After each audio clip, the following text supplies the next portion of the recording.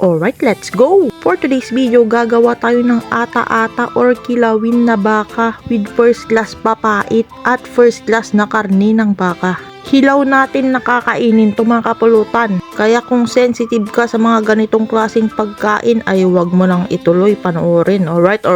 Una sa lahat, first of all, hinugasan ko muna yung mga karne na yan. Saka natin lilinisin, aalisin natin yung litid niya. Kasi kakailanganin lang natin yung red na part or yung meat. Susunod naman natin lilinisan itong liver.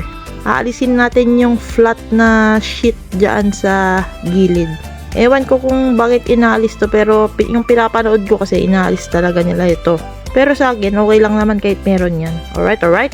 Meron din pala tayo ditong tuwalya ng baka or yung libro-libro. Ugasan lang ulit natin yung chopping board, saka tayo maghihiwa ng ating karne. Sa pag-i-slice nito mga kapulutan, manipis lang na maliliit, parang ganyan. Kung trip nyong mas maliliit, pwede pa. At kung trip nyong mas malalaki, pwede rin naman. Depende sa trip nyo lang yan. Sa atay naman or sa liver, same lang din yung size mga kapulutan, maliit lang din at manipis. At sa libro-libro naman natin, aalisin lang natin yung matigas na part sa gilid, saka natin hihiwain ng ganyan. Alright. Solid itong ata-ata natin mga kapulutan, special yan. 3 sa pinakamasarap na parte ng baka, ang laman, ang atay at ang libro-libro. Alright. Kailangan nga mas marami yung laman kaya naghiwa pa tayo dyan. Then ilalagay na natin dyan sa ating plate for the plating. After natin mahiwa yung mga karne, i-prepare natin ang ating papait. First class pala itong papait natin mga kapulutan. Kita nyo yan, napaka-solid. Purong-puro, napakapait nang sinapit mo nung pinagpalit ka niya sa malapit. Alright. Kaya masarap yung ata-ata dahil sa papait na yan. Kaya siguraduhin nating first class. Alright. Hinugasan ko na rin pala itong luya, pang alis lansa.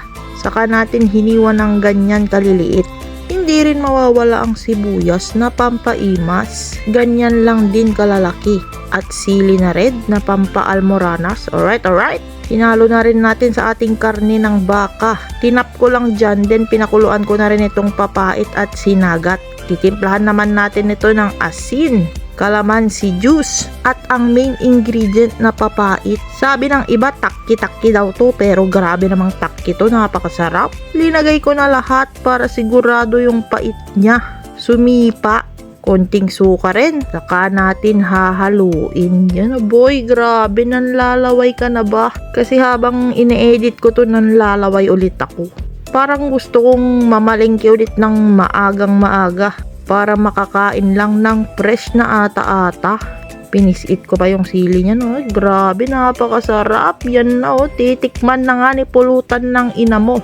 Kulang na lang talaga, 2x2. Pero dahil maaga pa, uulamin natin ito mga kapulutan. Magtitira lang tayo ng pulutan para mamayang gabi. Alright. Shout out pala sa lahat ng viewers natin dyan na kumakain ng ata-ata. Lalo na sa mga solid Ilocano. Pammigat or pampulutan, solid na solid. Kung nag-enjoy kayo mga kapulutan, like, comment, share, and follow us for more videos. Alright.